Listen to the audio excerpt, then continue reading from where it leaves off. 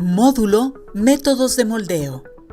En este módulo podrás reconocer los diferentes métodos de moldeo o curado del hule y el adhesivo, así como las variables que afectan a este proceso, como los equipos que nos ayudan a controlarlas de manera adecuada. Elastómeros. Se pueden utilizar diferentes elastómeros para realizar el proceso de moldeo. En el pegado de hule metal existen dos grandes familias de hules. En la primera encontramos los hules para aplicaciones en general como son hule natural, nitrilo, nopreno, butilo, SBR, EPDM, los cuales se utilizan para piezas ya sea de antivibración, recubrimiento de tanques, rodillos, entre otros. En la segunda familia tenemos los hules especiales de elastómeros como los fluorados, los de silicón y de uretano, los cuales se utilizan en la fabricación ya sea de sellos, aisladores y cables eléctricos. Dentro de la industria existe un par de equipos que deben ser utilizados para control de proceso, como es el riómetro o como los molinos, para refrescar la mezcla de hule antes de su utilización. Principios básicos de adhesión. La adhesión ocurre cuando el elastómero y el adhesivo son moldeados. A continuación, se explica la reacción química que hace posible la unión de ambas partes. Es importante entender cómo reacciona el hule y el Chemlock utilizado. Ambos materiales requieren ya sea de temperatura y presión para que se lleve a cabo la reacción química. Cuando se colocan las piezas metálicas de Chemlock dentro de un molde y entran en contacto con el hule, las partes reactivas de ambos materiales reaccionan creando un puente químico entre ellos. En la figura se puede observar las cadenas de polímero tanto del hule como el adhesivo, y cuando éstas se juntan con ayuda de temperatura se llevan a cabo dichos enlaces. La ventaja de los adhesivos Chemlock es que protegen a las piezas metálicas contra agentes externos como puede ser agua salina, glicoles, aceites, temperatura, entre otros.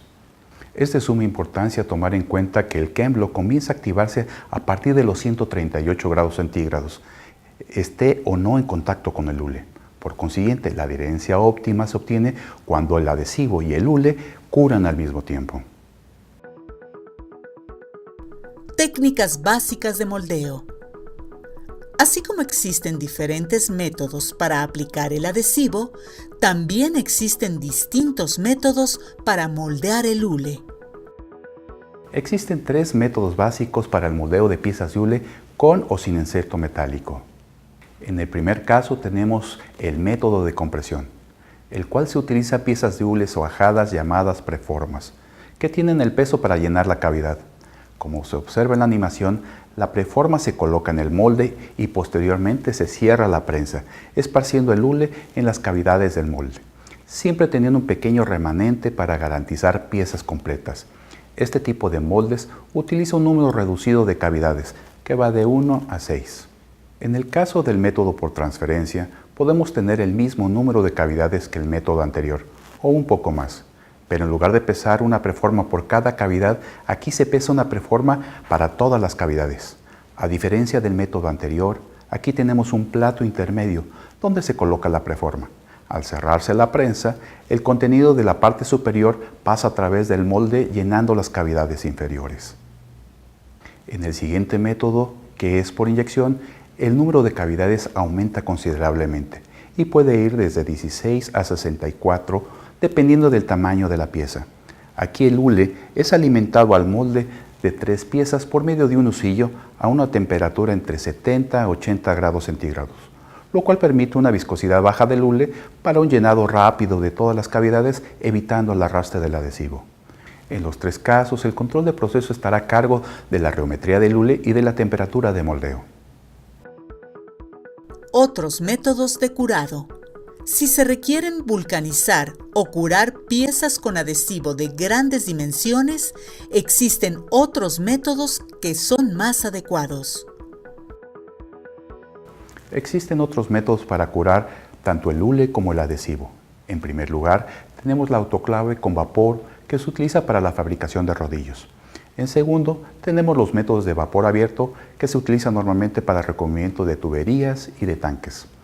Y en tercer lugar, se encuentra la inducción, y los hornos eléctricos o de gas, que se utilizan normalmente para procesos de postvulcanización. Además, existen algunos otros métodos especiales, como unidades de empalme y prensas de temperatura que se utilizan para reparar bandas transportadoras. Recomendaciones de moldeo. Por último, estas son las sugerencias a tomar en cuenta durante el proceso de moldeo. Use termopares para inspeccionar antes de la puesta en marcha y periódicamente durante el turno, para medir puntos calientes o fríos, lo cual nos dará como resultado ya sea un curado excesivo o falta de este. Es importante que los platos del molde permanezcan cerrados cuando no se usen para evitar pérdida de calor por corriente de aire. Evite el exceso de desmoldante, ya que puede provocar una baja adhesión. Evite el contacto de desmoldante sobre las piezas ya recubiertas. Es recomendable usar desmoldante de tipo semipermanente. El estado de activación del adhesivo es la clave para tener un curado al mismo tiempo con el hule. Recuerda que la masa del metal actúa como disipador de calor. Para moldes con gran número de cavidades, es recomendable utilizar cargadores automáticos de piezas para asegurar el calentamiento uniforme en todos los insertos antes del cerrado de la prensa. Utiliza guantes limpios para el manejo de las piezas recubiertas antes de la carga al molde. Esto fue el módulo Métodos de moldeo.